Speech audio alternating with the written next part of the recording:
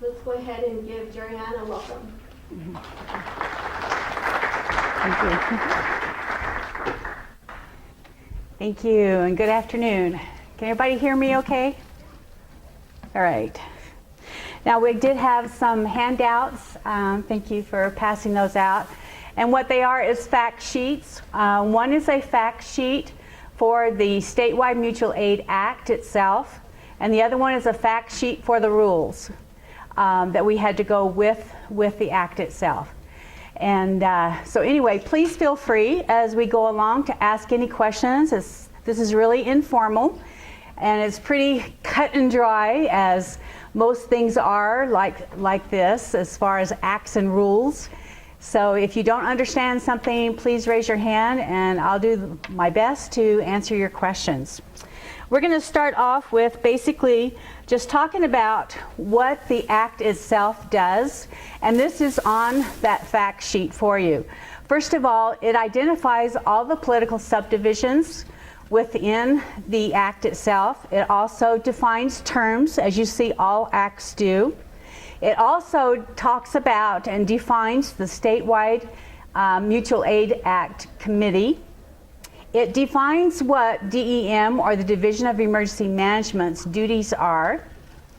It talks about whether or not any jurisdiction or political subdivision would like to withdraw from the act itself if they don't want to be a part of it. And it also defines the duties of participating subdivisions. And it goes on, it talks about processes to request assistance. It talks about it for reimbursement, if there's any dispute between two parties, for reimbursement, and then if you want to sever the agreement itself. What it does not do at this time, it does not include the tribes. We didn't have that in the act this time. We're hoping when we start making some revisions, maybe in the future, that we can add something to that. Another thing it does not do is it doesn't take away any of the agreements that you already have in place. And basically, the Statewide Mutual Aid Act is there for you when you're overwhelmed and you just can't coordinate anymore on your own. Then you need the help from the state to do that. That's the only reason why the Statewide Mutual Aid Act would be activated, is if you don't have the time to call on all of the agreements that you have with other jurisdictions and need some help with that. And this is just a way that the state can come in and help support you and help coordinate and make those phone calls for you for agreements, rather than you having agreements with 28 other counties in the state and all the cities in the state, or municipalities, or whatever. So this hopefully makes your job a lot easier. Okay, the committee that helped organize this, they meet at least annually, and there's representatives from several different areas, from public safety, from the counties, from municipalities, and also from special districts and interlocal entities. Now, are any questions on the act itself? Okay, when the act was in effect and passed by legislation, then they came to DEM, to our office, because we helped go through that and set that up with that committee. They told us that because you are the state coordinating and you have the state EOC, you need to come up with some rules on how you're going to process all of this and how you're going to do everything, so everyone knows what to do. Guidelines, checklists, whatever it takes. And so we came up with some rules, again, with the committee. And so within the rules, this became in effect March 1st of this last year, and it did go out for public comment, and I think it was like 30 days or something like that, and we did get some public comments in. And in fact, just to let you know now, we are already in the process of doing an amendment, and it's basically to take those comments and suggestions that we had gotten from probably many of you from several jurisdictions and different areas saying, you know what, this needs to be clearer. And that's mostly what the amendment is going to do, is just clarify some of the things that are in the rules. And but in the rules, again, we define terms. We have a lot of forms that we have created and developed or stole from other states and jurisdictions. EMAC, for instance, that is an Emergency Management Assistance Compact. We found some really good forms that they had and just adapted them to our need in the state of Utah. It also, again, defines what the duties are as a state coordinating agency for DEM. It also defines, again, what the participating subdivisions should do. It talks about the process, again, for requesting assistance, but of course goes into more detail with the rules. Then it talks about procedures for providing that assistance. If you are a responding agency or jurisdiction, how are you going to go through that process to let them know that you can assist them? It also establishes a resolution for processing disputes. Again, if the jurisdictions, maybe in their agreement, something wasn't clear for one reason or another about their being reimbursed for some cost expenses they had, and they can't come to an agreement, then they can come to us and we'll take it before that committee and have both parties come and talk to them. It also talks about guidelines for the activation to be able to move resources once it has been activated. Now, I listed a number of the forms that we have, and some of them are forms, some of them are checklists, some are just guidelines. And I have put a couple in here just to give you an idea of some of the things that are asked. So one thing is a checklist for requesting and responding. It's really short. It just helps them go through, okay, have I done this, have I done this, on how I need to request the assistance for my jurisdiction. And then it also tells the responding jurisdiction a little checklist, you know, of reminders. Did you fill out this form? Did you give this information? Did you tell them how much the cost was going to be? Or did you tell them that you would donate the resources that you're going to provide for them? 101 is a mission request form, and that basically is a form that would be filled out that would go into our web EOC. Many of you use the web EOC, hopefully, well, not on a daily basis, but whenever you have an incident or even a planned event, to use web EOC so that you are familiar with it. In the web EOC, we like to put those mission requests, just so, again, that's another tracking tool. 102A form is for agent of the state. Now, this is one thing we are very, very excited about. In part of the rule, we were able to have, for the first time, the ability to send someone that is not a state employee to another state to assist. And as the EMAC coordinator for the state of Utah, it has been really frustrating and really sad to turn people down that have the knowledge and skills to go to another state and help them. And the only reason was because you weren't a state employee. That was the only way we could do it before, because we didn't have anything as an agent of the state.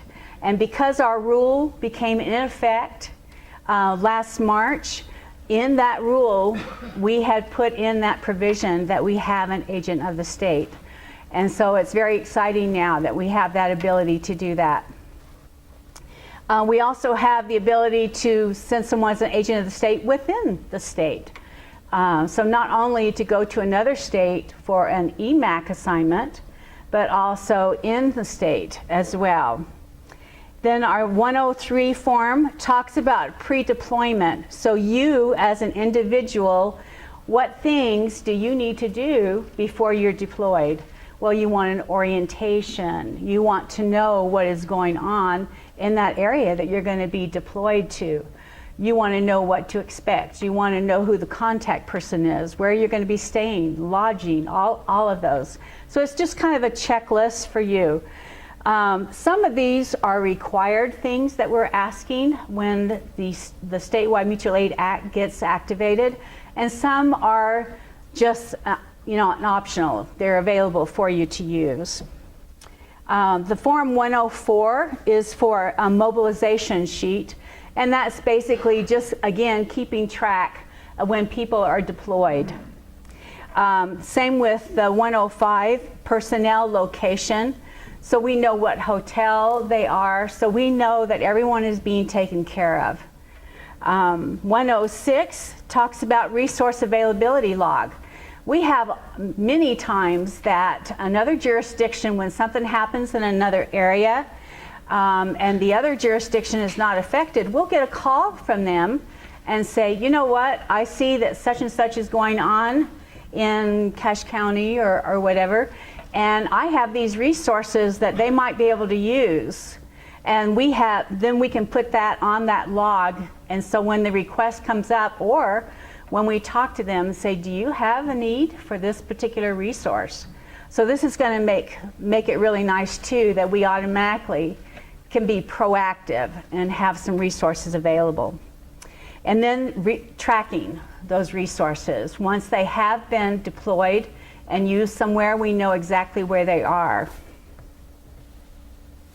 109 talks about demobilizing and returning those assets. Again, a continuation of tracking the resources that are being used. Then we also have that intergovernmental reimbursement.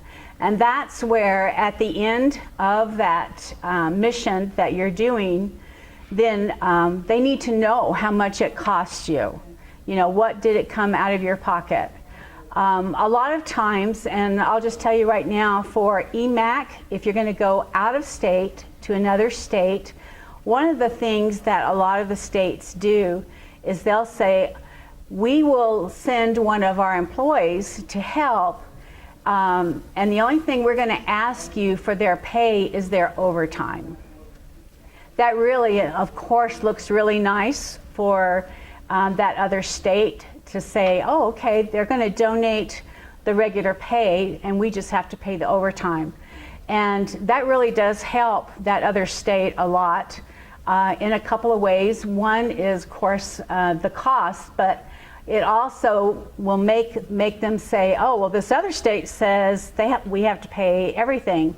Well, let's go with Utah. You know, so sometimes that's a defining factor on who they're going to accept and who they're not going to accept. And you can do the same thing within the state. Someone requests someone to help and we get an agent of the state to go to another jurisdiction. You need to know right up front, are you paying everything of them or are you just asking for overtime? So we want to make sure everything is clear. Then we have 111, and this was patterned after the EMAC. They do an after-action corrective action report, and this is something just that personnel actually fills out. What went well? What didn't? You know, what can we do better next time to improve that process for you? Maybe they didn't get a briefing when they got to the jurisdiction where they went. Or maybe they didn't get the lodging like they were told, or they didn't have a vehicle, or maybe everything went great and we learned a lot of lessons that way too and want to take them back to our state and use them. This just helps both parties to be able to see what went well and what didn't. And then we have a demobilization checklist as well. You know, have you done this, have you done that in demobilizing? And then, of course, our 113 is the actual activation agreement. And I do have that one, and I'll show you that one in a minute. So this is an example of what is on a checklist for requesting assistance. So first of all, of course, that jurisdiction has to declare a state of emergency in order for anything to be moved. And the same thing applies for EMAC, for another state. They don't have to have a presidential declaration. They just have to state that they have a state of emergency, okay? The next thing is requesting another political subdivision to provide support. Are you at that point where you're overwhelmed? You know, do you need to call in more resources to help you out? And when I say resources, I don't mean just stuff, I mean people as well. And sometimes we forget about our own selves. Who is going to back us up? You know, how deep are we in our own jobs, in our EOC or whatever we're doing to help out in our jurisdiction? Don't forget about the people who are actually doing the jobs too. Then another one is the request needs to come from your designated person in your jurisdiction, whether it's the CEO or the mayor, whoever it is. You need to make sure that you have the right authority who has activated them. Then the report request is made by that CEO to our office. Again, you do not have to use the Statewide Mutual Aid Act. If you have agreements with bordering counties or even a county north or south from you that's quite a distance, then go ahead and use that. But call us if you need that extra help and you need more coordination to help you out. The request can be orally initially. We all know when something happens and everything is going fast, then sometimes it takes too much time to do all the paperwork. So maybe you can just do it orally and then back it up a few days later in writing so that we have that paper trail. So we all, I think, have learned through the years, whether it's presidentially declared or whatever, if it's not documented, it didn't happen. So you got to make sure that you have all your documentation in place. Then requesting the political subdivision, again, will reimburse the supporting political subdivision. So you want to make sure that you have addressed all of the issues of what you're going to be asking them for. And you need to expect there's going to be some cost and expenses. But you need to make sure that you know up front everything to expect, at least as much as possible. Now we know initially a lot of it is estimates, best guesses. But you want to do that best guess so that they have some idea of what this operation is going to cost them. And then of course that 113 with the agreement itself.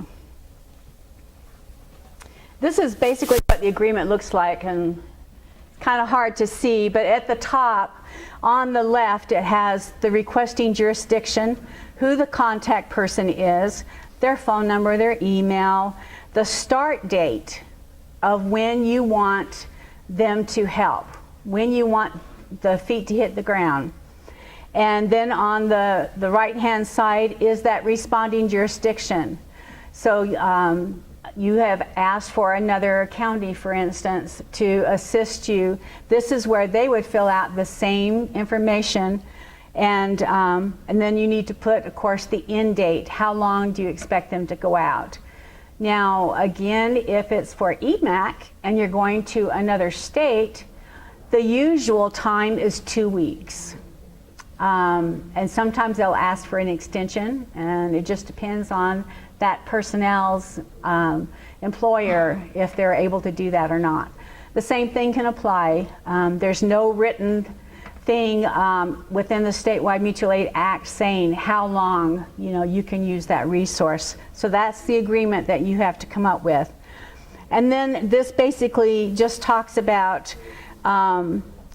you're agreeing to provide the service and the response that you had talked about, and when that it can be dissolved if they're just about on their way and you find that, you know what, the things have calmed down so much, we don't need that resource after all, and you can terminate it. It tells you the process that you need to go through, and then you have a witness and you just have the signatures at the bottom. It's very basic, very simple agreement to fill out. And again, if there's any disputes at the end of the mission, and you can't resolve it between yourselves, then you can bring it to the state and to the committee, and they'll help you out with that. Now, for the responding jurisdiction or political subdivision that's going to assist, first of all, it says you need to determine, again, the resources that you're providing to them, are you donating them, or is there going to be some cost to it? What kind of equipment goes with the personnel? Is it on loan, for how much? So you just want to make sure everything is clear up front. And then you need to make sure that they understand that the control of those resources is still the owner, that responding jurisdiction.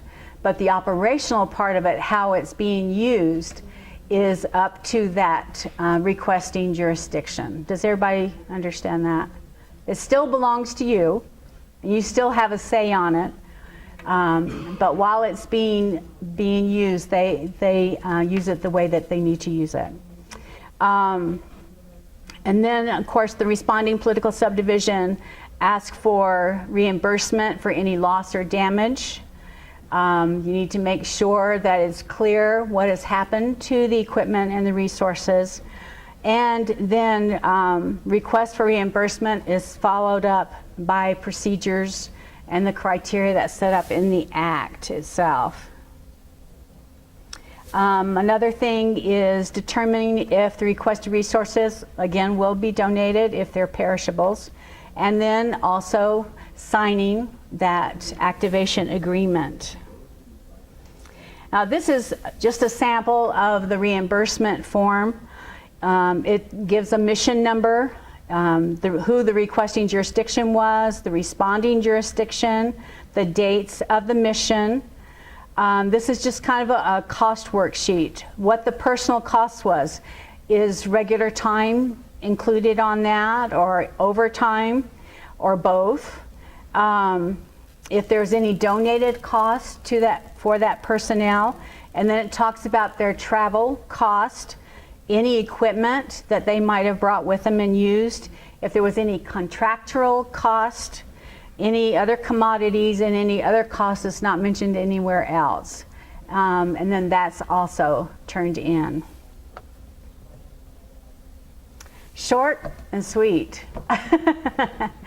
So any questions that you may have on the Statewide Mutual Aid Act or the rule itself? Yes? Does this strictly stop at the state level, or is there federal entities involved in any way? No, no, this is the Statewide Mutual Aid Act. And this came about because, each of the jurisdictions and political subdivisions, they didn't want to have 29 different agreements. They said, is there just one thing that we can do for the entire state? And any of them, like I said before, could withdraw from it. Now, we do have some federal assets. Military is a federal asset, even though they're also a state asset. Task Force 1 is a federal asset as well as a state asset. So I think federal has priority depending on what major thing is going on. And do know too that if you are a responding jurisdiction and you have sent information, or you've sent people out, deployed equipment or whatever, you do have the right to let them know if something has now occurred in your jurisdiction and you need to release it. Also know that you have the right to say, if they call you, I'm sorry, I can't spare those resources. I would like to share with you and let you use those resources, but you do have the right to turn that down depending on what's going on in your own jurisdiction. So, okay. Anyone else? Yes? Are the forms available online or someplace, or is that strictly done at your level? It's strictly done at our level, but you definitely can have access. We can give you copies of them. There's nothing secret about them. So, and if anybody has any things that they can see in the forms that they would like to see that might make it clearer or better, let us know. This was just our best guess using other entities that we borrowed from to help us out in some way of tracking everything. So, yes. Paul Child, Centerville. During the windstorm event 2011, things were pretty hectic, and our public works director just directly called up contacts, Woods Cross, Salt Lake City, said, hey, I need some help, I need some trucks. So they did. And things worked very well, but then there became issues as far as getting reimbursed and so forth and so on. In emergency situations, that's typically what's going to happen. They're just going to start coming. And Sure. can we start? I'm assuming we could start this process, even though it's already.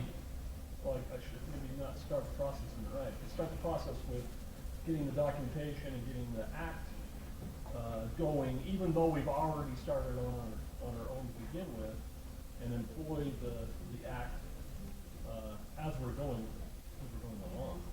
You mean as an afterthought? Yeah, well, during the process, we've already got trucks on the scene, they're already working here, but now we want to kind of make it official and do the paperwork. Yeah, and we talked about before that you could do it oral, Now, is this something we would do it have orally. in order for us to implement the act or for it to become the governing document or whatever, we need to go through the state to have that happen? Yes, for the Statewide Mutual Aid Act. For it to be activated, we would want to have that agreement signed so that we know that both parties are agreeing to all the things that they have told each other.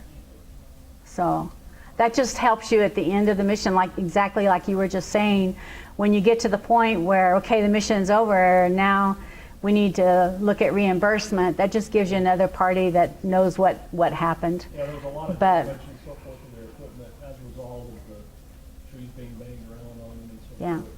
Those were issues. Yeah, but again, if you can, resolve it yourself, then you don't even need to come to the state. The other thing that you can do is the standards that have been identified in here, you can agree to those standards between the two agencies as far as liabilities and things. So it gives you a Exactly. good model Yeah. to just do it direct mutual aid. Yeah, and have your own agreements and forms in Well, you place. can use these forms. Oh, yeah. I mean, Yeah. I'm just saying, if you don't want that extra layer of Sure. oversight, Sure. Yeah, we're only, there to be a coordinating, resource for you to help you coordinate all of that.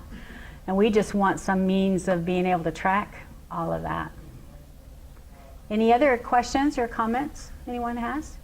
Yes. Is there, I did not hear you mention it, but it comes to mind that with declarations now, that has to go up through the county to the state, whether it gets federal or not. Is there any requirement for mutual aid requests to the state to go to the county? As far as mutual aid, no. As far as activate, we've got a process that's including one part of it, but doesn't appear to be including the other part. You mean as far as saying, I'm overwhelmed, so I'm going to go to the next level? Is that what you're saying? I mean, that should just be a given that everybody I think right does now, that. with the change in statute, we declare to the county to the state. So I think Well, the county, it would certainly be assumed based on the that. city can't declare, they can't make a declaration, they can declare emergency, but not, the county can make a declaration, is that right? Well, they can vote to, but we declare and send it to the county, and the county can declare and send it to the state. It's all contained in the city. But no matter what, they're in the approach. I worry about assumptions. Yeah.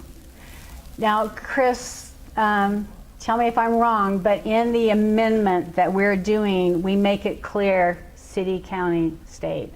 Well, there's nothing other than the declaration process that says you have to go through that chain. But what we'll typically do with the EOC is we'll ask, have you gone to that next step? Yeah. Have you exhausted your resources? What's going to happen on our end is if this reaches a federal declaration level, they're going to ask us, have you exhausted resources? If we say the city skipped the county, went right to the state, we can't tell them that you exhausted your resources because you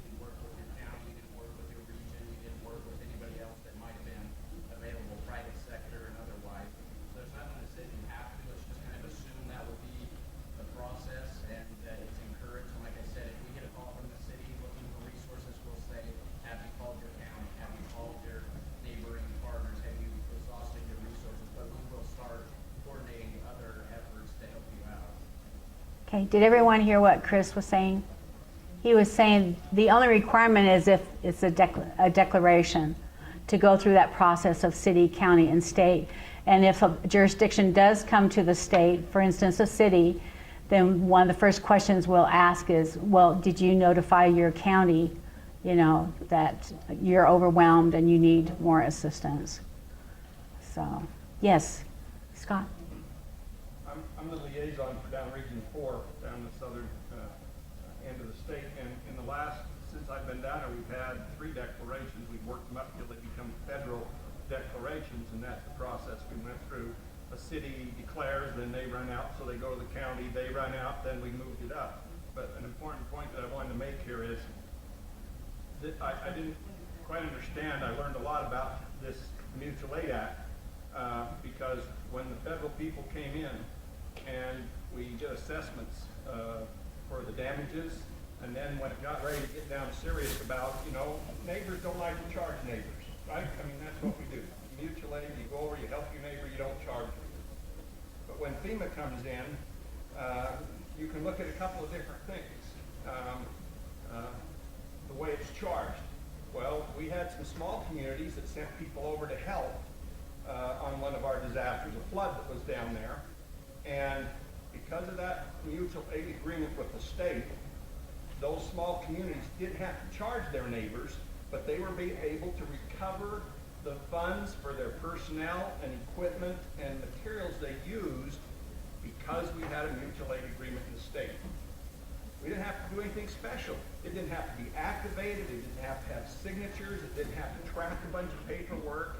And I kind of stumbled onto it because we were deciding, you know, well, the small little town says, well, I'm not going to charge them. And so I was discussing it with the FEMA people, and then all of a sudden we kind of went, oh, wait a minute here. And if we approached it from a little different angle and said, wait a minute, they responded as part of the state mutual aid agreement to their neighbor.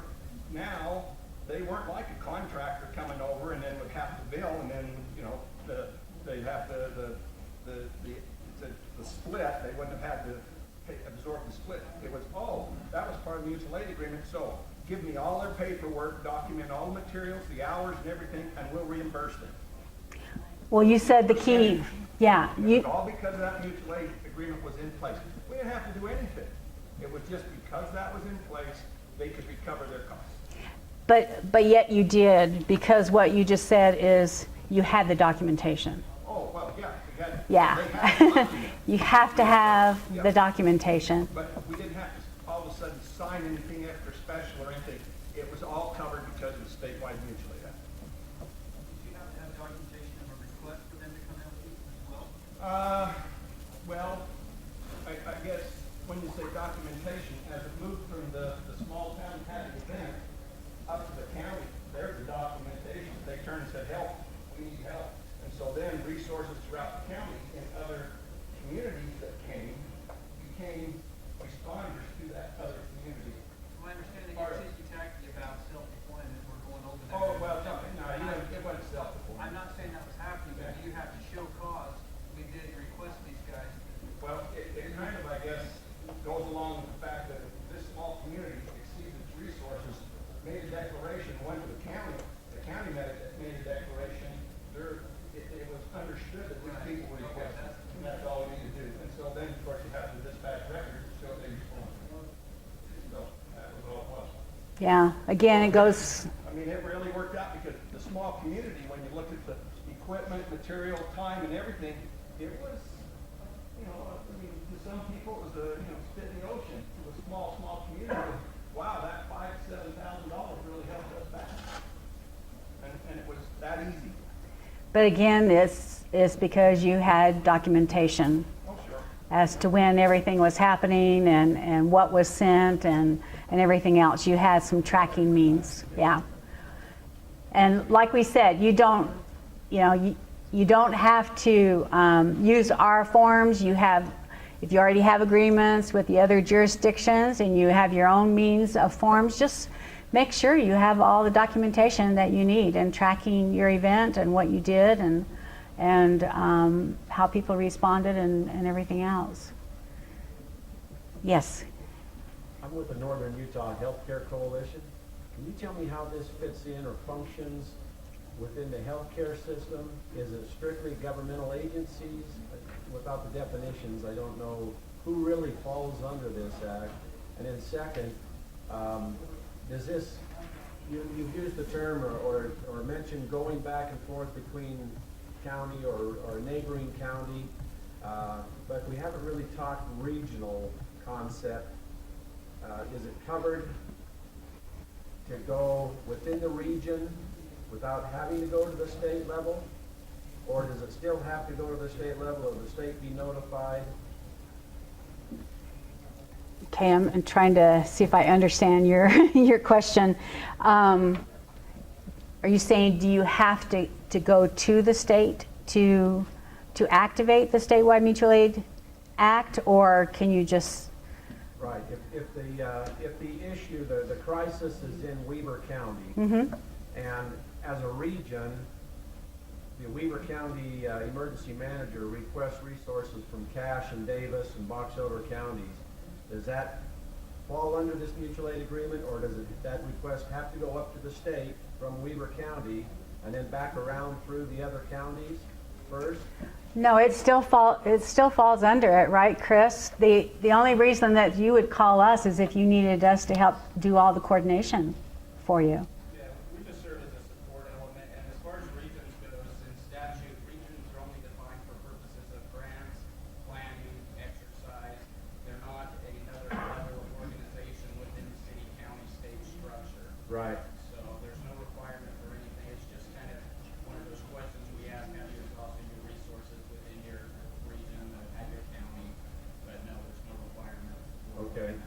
But as far as, do the hospitals, long-term care facilities, skilled nursing facilities, do their resources fall under this, or does it have to be a government agency?